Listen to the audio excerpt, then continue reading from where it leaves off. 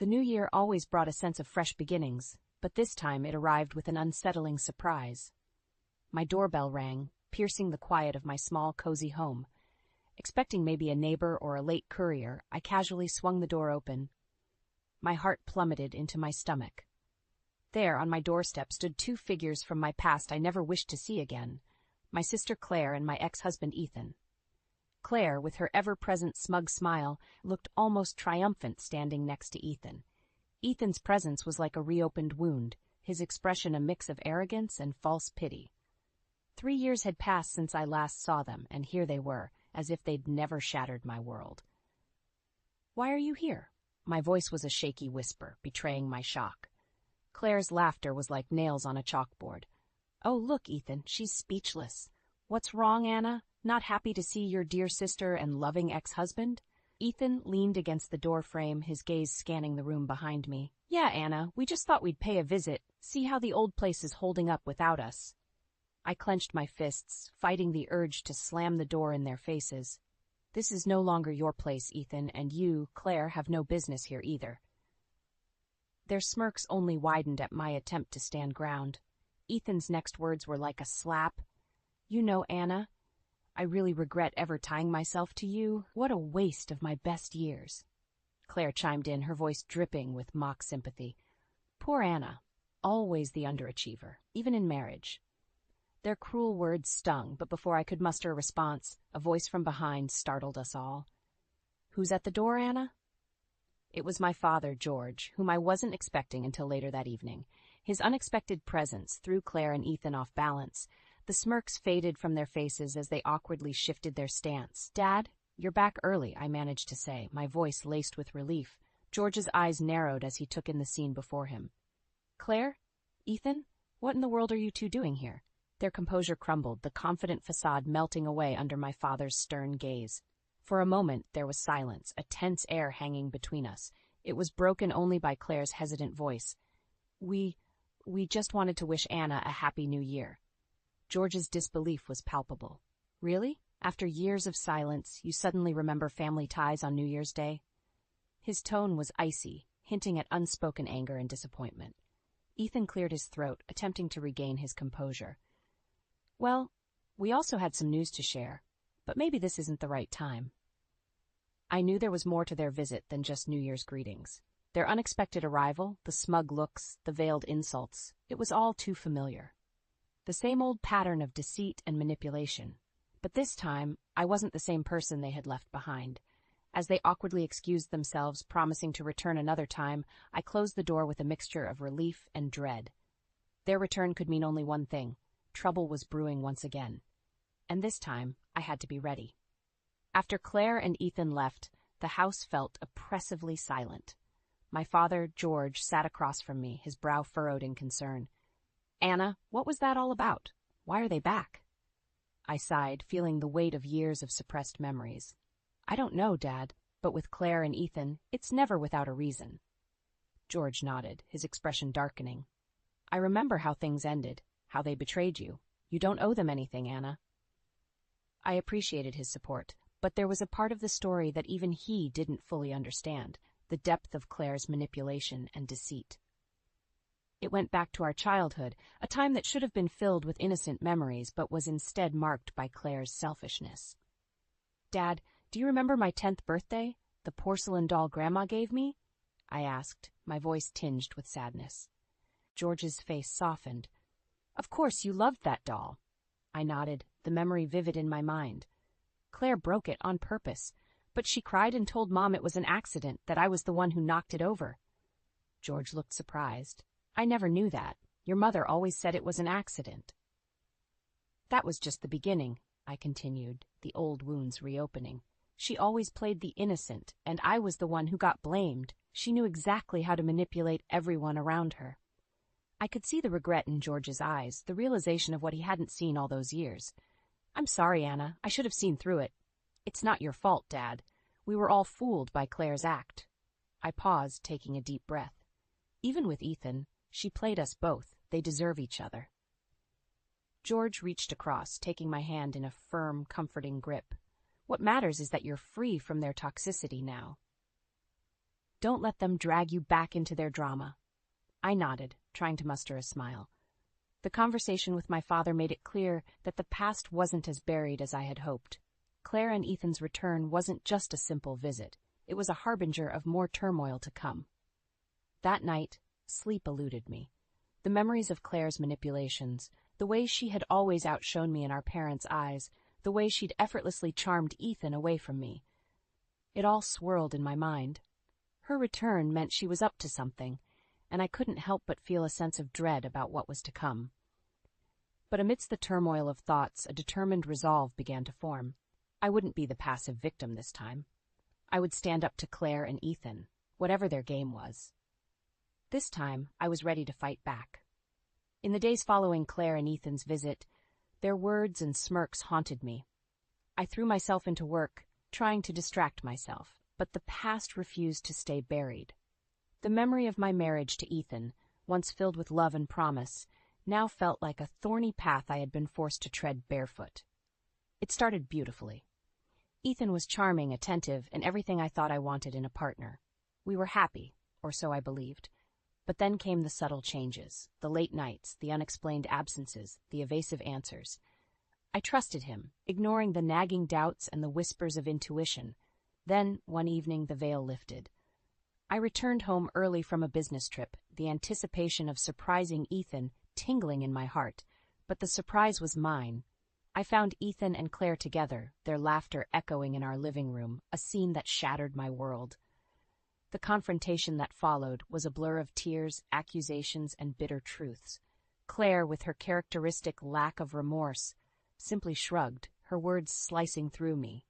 "You were always too busy with your little job, Anna. Ethan needed someone, and I was there. It's not our fault you couldn't keep your husband's interest." Ethan's justification was equally cold.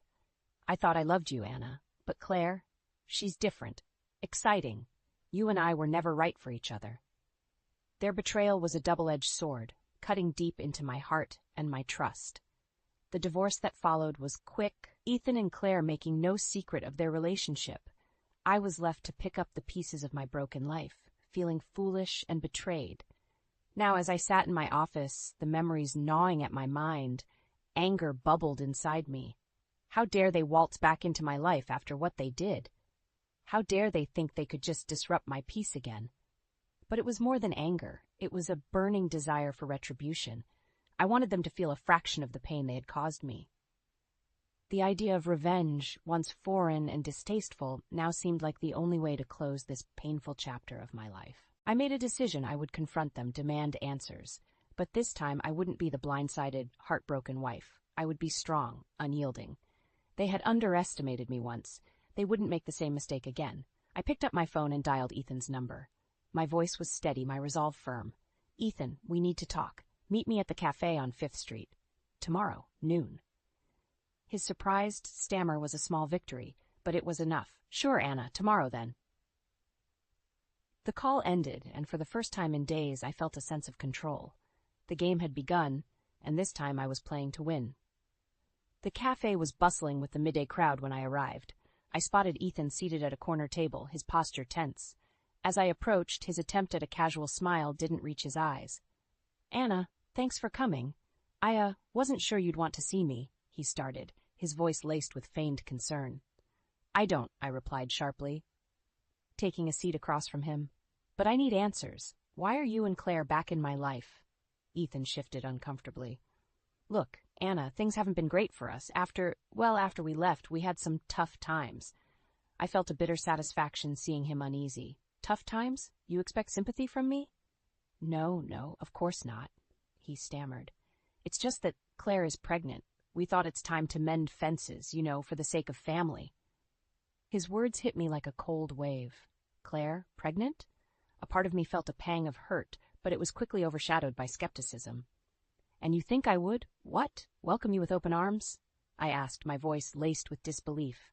"It's not just that," Ethan said, avoiding my gaze. "There's the matter of the inheritance, your father's estate." So there it was, the true reason behind their sudden reappearance. It wasn't guilt or a desire for reconciliation. It was greed. "You have some nerve, Ethan. You cheat, you leave, and now you come back for money?" I felt my anger rising, my voice growing louder despite the public setting. People can change, Anna. We've been through a lot. We just want a chance to start over, to be a family, he pleaded. A family built on lies and deceit, I retorted, my heart racing with anger. Just then my phone vibrated. It was a message from Claire. We need to talk. Alone, my place, tonight. I looked up at Ethan, my decision made. Tell Claire I'll see her tonight. But make no mistake, Ethan, this isn't a family reunion. This is me settling the score. Ethan's face fell, a mixture of surprise and concern etching his features. As I stood up to leave, I felt a strange sense of empowerment. For too long, I had been the victim of their selfish actions. But now the tables were turning. I walked out of the cafe, leaving Ethan behind, my mind racing with possibilities. Tonight's meeting with Claire would be more than just a confrontation.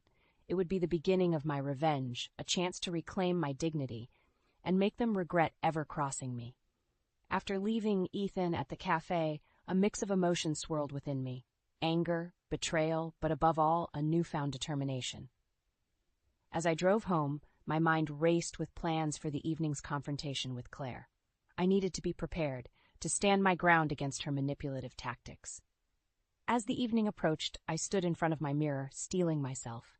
The reflection showed a woman changed by adversity, no longer the naive girl who once fell for Ethan's charm or got overshadowed by Claire's deceit.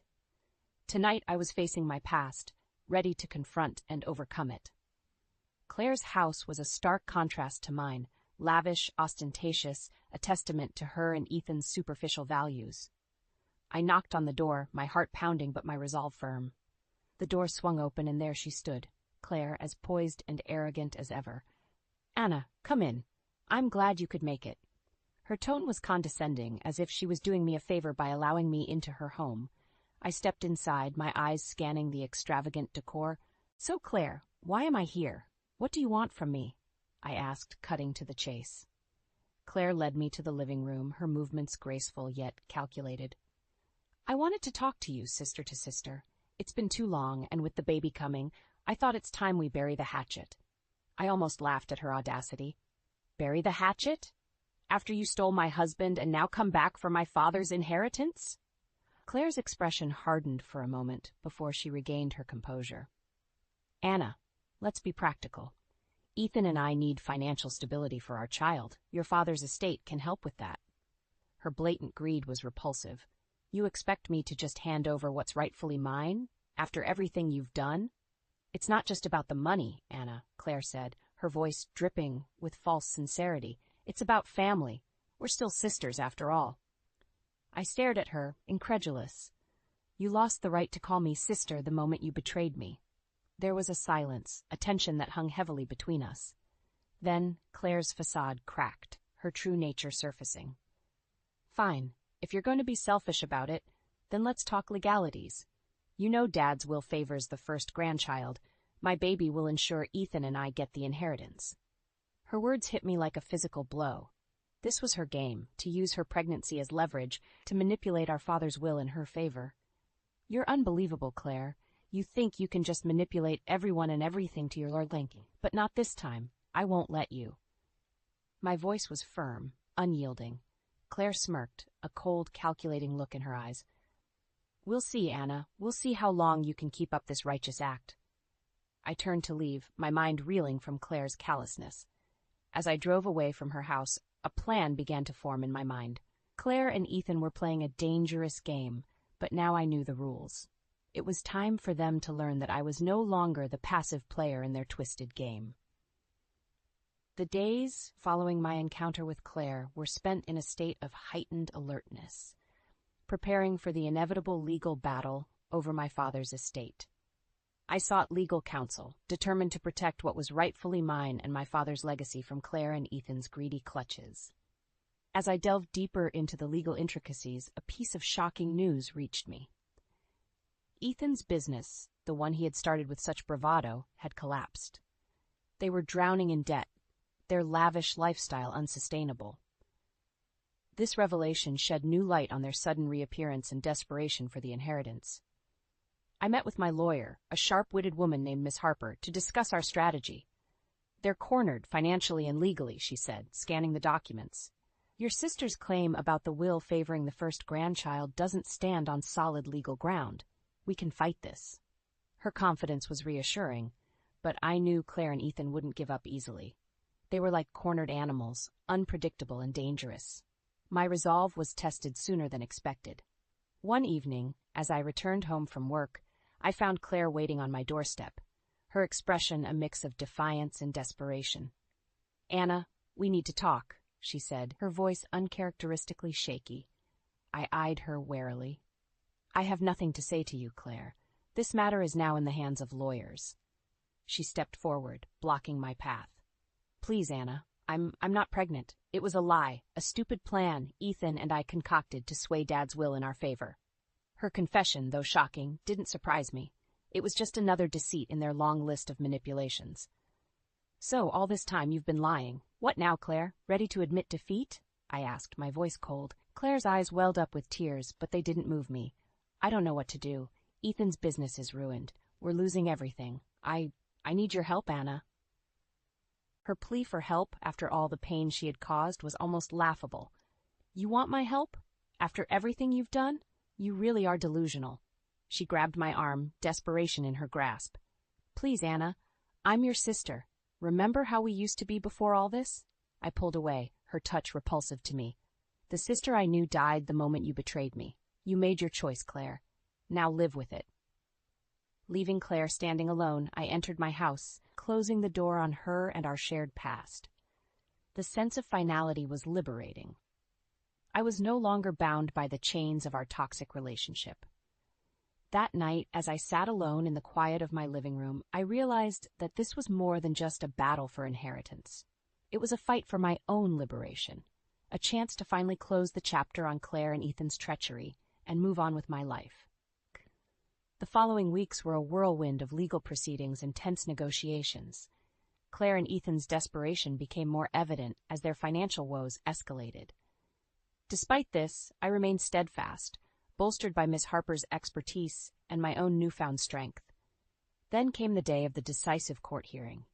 The courtroom was cold and sterile, a stark contrast to the heated emotions simmering beneath the surface. Ethan and Claire sat together, a facade of unity, but the strain was evident in their haggard appearances. As the proceedings began, Miss Harper was methodical and precise, dismantling each of Claire and Ethan's arguments with legal acumen. Claire's lie about her pregnancy was exposed, further weakening their position. I watched Claire as the reality of her situation dawned on her. The confident, manipulative sister I once knew was gone, replaced by a shell of her former self, consumed by the consequences of her actions. During a recess, Claire approached me, a plea in her eyes. "Anna, please. I know I don't deserve your mercy, but we're ruined. We have nothing." Her words, once capable of swaying me, now fell on deaf ears. "You brought this on yourselves, Claire. You chose greed and deceit. Now you must face the results." The final judgment was a resounding victory for me. The judge ruled in my favor, ensuring that the inheritance remained rightfully mine. Claire and Ethan left the courtroom defeated, their schemes reduced to ashes. But as I walked out, a sense of closure filled me. This wasn't just a legal victory. It was a personal triumph over the ghosts of my past.